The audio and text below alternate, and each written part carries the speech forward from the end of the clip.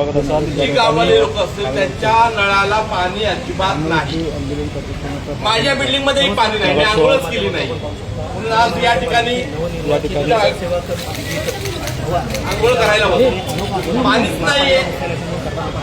आपण पाण्याच्या समस्येवर अभिजित चव्हाण हे नगरसेवक अभिजित चव्हाण हे आंदोलन झालेले आपल्याला पाहायला मिळतात. महापालिका येऊन ते या ठिकाणी आंघोळ करतात कारण घरी पाणीच नाही आहे आणि त्यामुळे त्यांनी आता महापालिका मुख्यालयात येऊन या ठिकाणी आंघोळ केलेली आहे. मोठ्या प्रमाणात पाण्याची समस्या झालेली आहे.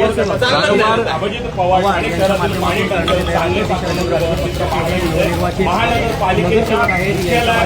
आंदोलन जे आहे असाल की विभाग आहे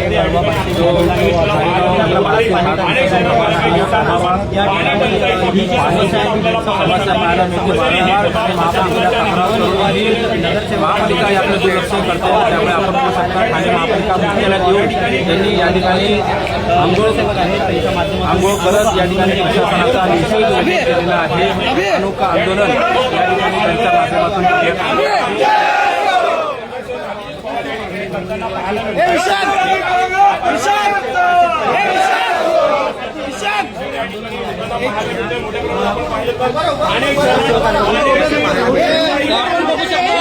मोठ्या प्रमाणात पाण्याची समस्या कार्यक्रमाने पाहायला मिळते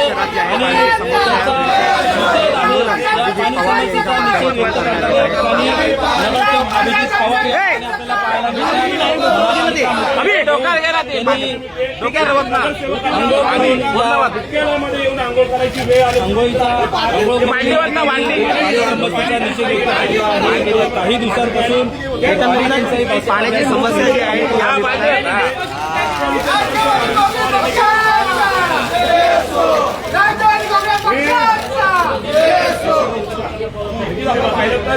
अनोखं आंदोलन जे आहे ते महापालिका मुख्यालयासमोर करताना पाहायला मिळत आहे. अभिजित, आपल्या प्रभागामध्ये मोठ्या प्रमाणात पाणी टंचाई आहे. असे असताना तुम्ही या महानगरपालिकेच्या हद्दीमध्ये किंवा प्रभाग क्रमांक 9 एवढा मोठा किशोर पाण्याचा प्रॉब्लेम आज नागरिकांना सामोरं जावं लागत आहे. पाणी अजिबात नाहीये. आज गुरुवारचा परत मेसेज आलाय की पाणी नाही. या आठवड्याभरात 3 ते 4 दिवस पाणी नाही. आणि पुढे महापालिके अधिकारी असतील, कुलकर्णी साहेबांना कंटिन्यू फोन नसेल, त्याच्यानंतर ह्यांचे पाणी सोडणारी जी माणसं आहेत. आमच्या खारेगावमध्ये राकेश पाटील नावाचा इसम आहे, पाण्याच्या टाकीवरती आहे. पलीकडे आनंद विहारला राहुल पाटील नामक इसम आहे, पाणी सोडायला मागत नाही. ह्याचे काहीतरी धागे दोरे या महानगरपालिकेतच लपलेले आहे.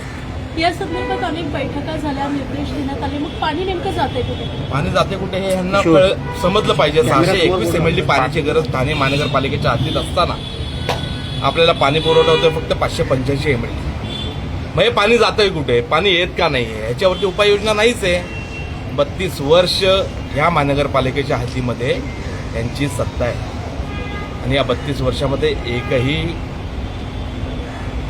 धरण करू शकले नाहीत. बाकी आजूबाजूच्या महानगरपालिका बघा, सगळीकडे धरण आहेत. आपल्याच ठाणे महानगरपालिकेच्या हद्दीमध्ये ही अवस्था. त्यामुळे नाईलाजाने इथूनच पाणी घेऊन इथेच आंघोळ करावी लागली. अजून पाण्याचे प्रश्न नाही मिटले की पूर्ण एरियाच घेऊन यावं लागणार आहे मला इथं आंघोळ करायला. आम्ही नंतर पुढच्या आठवड्यात परत पाणी नाही आलं की बसणार इथे 100-200 जण आंघोळ करायलाच. पर्याय नाही ना दुसरा. पर्यायी व्यवस्था जर काय असेल तर गोष्ट वेगळी आहे. म्हणजे प्रत्येक आठवड्याला हाच त्रास जर ठाणेकर नागरिक सहन करत असतील तर यासारखी वाईट दुर्घटना कुठे नाही. आव्हाड साहेबांनी पण शाही धरण बांधण्याचा इथे प्रयत्न केला होता अनेक वेळा. 2002 साली जेव्हा काँग्रेस सत्ता असताना या ठाणे महानगरपालिकेमध्ये ज्यावेळेस धरणाचा प्रस्ताव आला त्यामध्ये तेव्हाचे जे काही ज्येष्ठ 2007-2002 या कालावधीमध्ये जेव्हा शासन धरण बांधणार म्हणून त्यांना जरा पोटात गळा यायला लागले. त्यांना धरण फक्त ठाणे महानगरपालिकाचाच बांधायचं होतं. काही टक्केवारींचा विषय आहे त्याच्यामध्ये, ते काय मला बोलण्यात पत नाही कारण की मी एवढा मोठा नाही आहे. पण ही सत्य परिस्थिती आताची.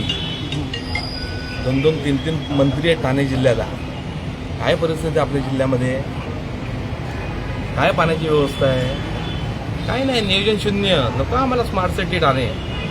काय स्मार्ट सिटीच्या नावाखाली पूर्ण बबल करून ठेवलाय. आहे का पाणी, आहे का माणसाला?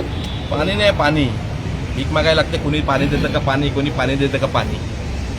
आता त्यांनी ठरवावं काय करायचं किंवा काय नाही ते. नाही तर आम्हाला दर आठवड्याला असंच येऊन पाणी नसेल तर आंघोळ करावी लागणार आहे महापालिकेत. भविष्यामध्ये अधिकाऱ्यांना आंघोळ घालणार का? 100% घालावी लागेल. त्यांच्या केबिनमध्ये आंघोळ करावी लागेल किंवा मग ते जिथं राहतात त्यांच्या बिल्डिंगमध्ये जाऊन आंघोळ करावी लागेल. पर्याय नाही दुसरा. प्रधान साहेब, आव्हाड साहेबांनी देखील पाण्याची समस्या भविष्यात भेडसावेल या संदर्भात अनेक आंदोलन केले होते. एक स्वतंत्र धरण असावं अशी मागणी देखील केली होती. मात्र आज ही परिस्थिती ओढवली. की आज अतिशय काळा दिवस मी समजतो की आज एका नगरसेवकाला या महानगरपालिकेत येऊन आंघोळ करायला लागते. एक निषेधाचं साधन मी समजतो आणि खऱ्या अर्थाने त्याला पर्याय नाही. तो ज्या बिल्डिंगमध्ये राहतो त्या बिल्डिंगमध्ये पाणी नाही. लोक वाईट नजरेने तो उतरला की बघतो की यार कसला नगरसेवक पाणी देऊ शकत नाही. आणि म्हणून अखेरीस त्यांनी हे आंदोलन या ठिकाणी केलं. तुम्ही जो प्रश्न विचारला त्याला उत्तर द्यायचं तर 2002 पासून शाही धरण व्हावं ही आव्हाड साहेबांची इच्छा होती. 10 वेळा आपण सांगितलं. मोरबे धरण जसं नवी मुंबई महानगरपालिकेला मिळालं तसं आपण आपलं धरण असावं ही आपली इच्छा होती. पण ते शासन करतंय म्हटल्यावर आपल्या सत्ताधारी लोकांनी ते होऊन दिलं नाही. माझं म्हणणं असं आहे की हे 12-12 हजार कोटी रुपयाचे रिंग रेल्वे वगैरे काढायचे प्रकल्प बाजूला ठेवा आणि पहिले धरण बनवा. आज कळवा, मुंब्रा, दिवा, इनफॅक्ट आता उद्या ह्याच चंदनवाडी जिथे उभे आहोत आणि पाचपखाडीमध्ये एक पुरा दिवस पाणी नाही अशी ऑलरेडी नोटिसा देण्यात आलेल्या आहेत. तर पहिले धरण बनवा, पाण्याची व्यवस्था करा आणि मग हे मोठे मोठे प्रकल्प करा अशी राष्ट्रवादीची मागणी.